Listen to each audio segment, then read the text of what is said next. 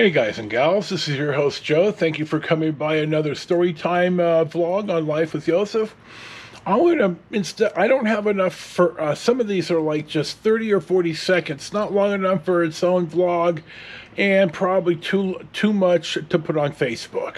So I'm going to make a number of short clips here, throw them all together, and here you go. Our first of the series of short Vingettes is, here's a picture of a little pup with a bunch of nuggets in his mouth.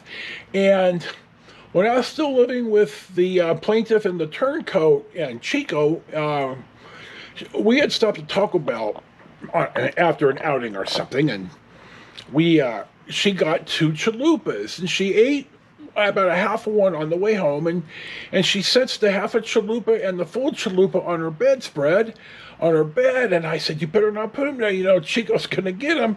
And she scoffed at me, and then maybe 10 or 50 seconds later, we heard her yelling at the boy. He's running down the hall with a full chalupa in his mouth. And it turns out he had jumped up on the bed, woofed down the half of one, and then was running down the hallway to the master bedroom to get the other one.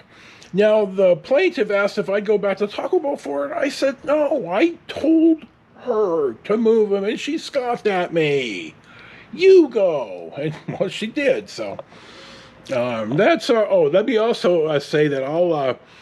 in the descript, I'll link in the vlog about feeding Chico Taco Bell in Arizona in 2014, and oh, my poor boy. So this is the first of a few, and you'll see the next one here next.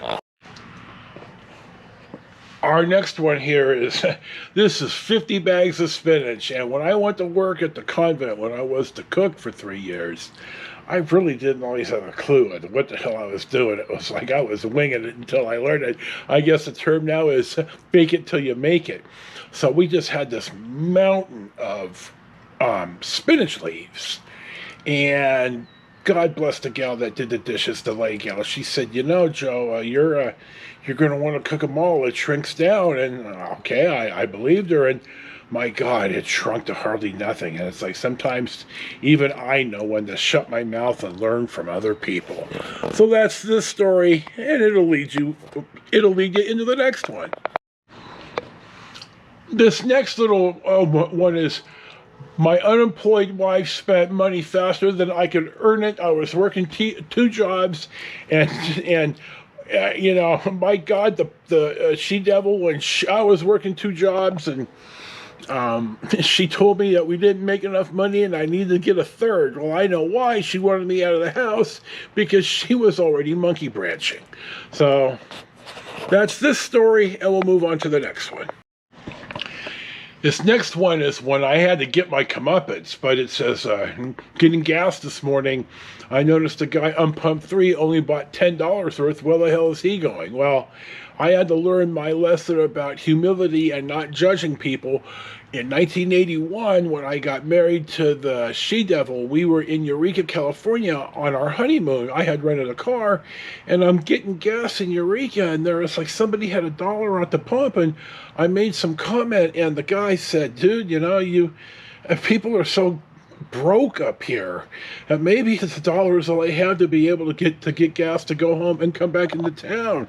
And I really felt ashamed of myself. I remember that 40 years later, how ashamed and judgmental I was. So sometimes you got to learn a lesson in humility of the hard way. I did just that day. So there's your story. This is this story, and we'll lead on to the next one. Here's one of the boy telling himself, you are strong, you are brave, and you will catch that squirrel tomorrow. When I was spending time in Colorado Springs with people that I really, really thought were my Hanai, in fact, I'm going to link in here Paulie Walnuts making his comment about this. I love that cocksucker like a brother, and he fucked me in the ass. They had a wolf dog and a dog, and then he'd open up the back door, and it was a fenced-in yard. It was in track house, and really nice house though. And there was a squirrel sitting up at the fence that would antagonize the dogs. And the squirrel just managed to get away every time until one day my brother at the time heard the fence bang. And then the dog comes in, God love him, with the squirrel in his mouth like a trophy.